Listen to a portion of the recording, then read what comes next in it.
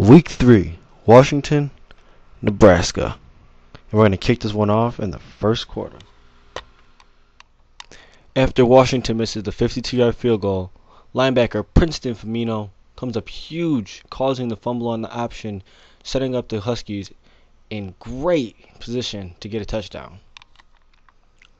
To open up the second quarter, star running back Carlos Polk will take this one up the middle, shake off a defender for an easy 2-yard touchdown.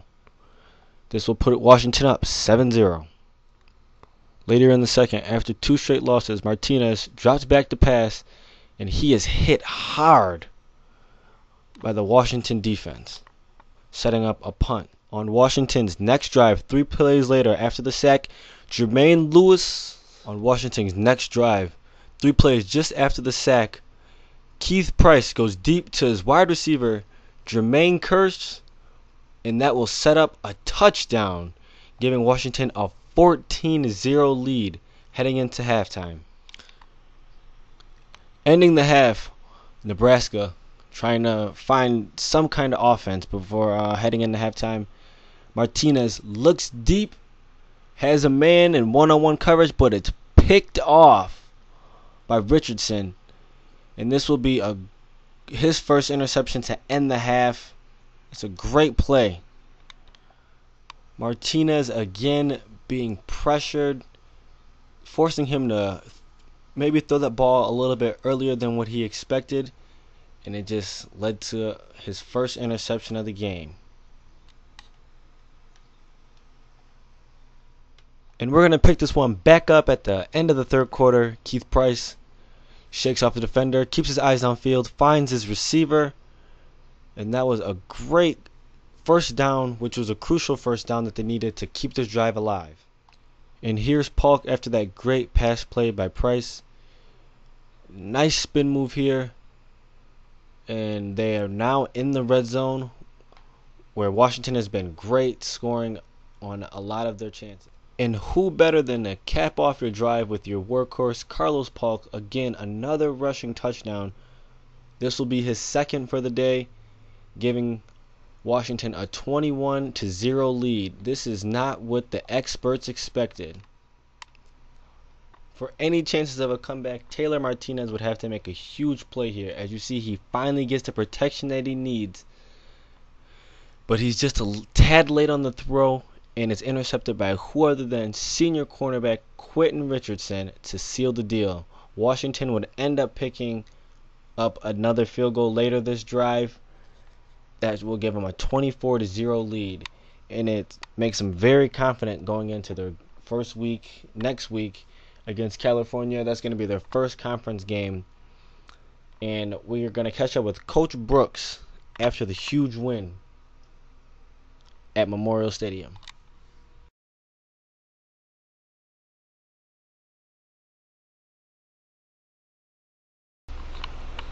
I'm very impressed with how our team handled the pressure this week. On the road against a great Nebraska team ranked number 12.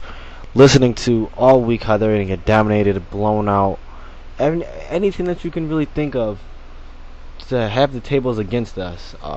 We actually turned the tables around and won 25-0, which was very, very impressive. Our defense played amazing, only letting up 50 total yards all game of total offense. Nebraska gained 68 through the air and actually had negative yards on the ground with negative 18 on 24 attempts. So that was very, very impressive for us to see. Also, we forced 3 turnovers, 2 interceptions by our senior cornerback Quentin Richardson, and also a forced fumble, which was also pretty good to see that we recovered. We also thrived in third down situations when the pressure was on them. They only converted 1 out of the 8 total ones that they had, which was very, very good. Flipping back to our offense played very well as well. We gained 228 total yards. 107 of them came on the ground. Also, our senior star running back Carlos Polk had a good day.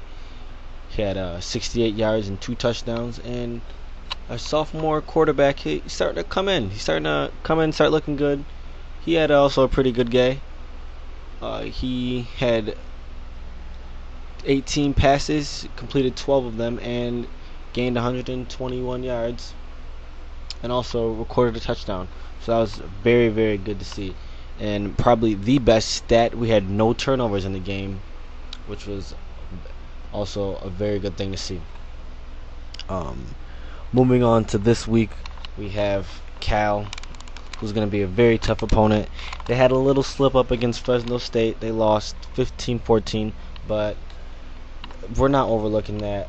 They're gonna be gunning for us. We know it. They wanna tarnish our undefeated streak right now. They want to be the spoilers, and we understand that. We know that this game here, our game against Nebraska, was how we wanted to be going into our conference play this week. And in this game against Cal that's coming up, we want this game to spark off the rest of our conference play, and hopefully it does. So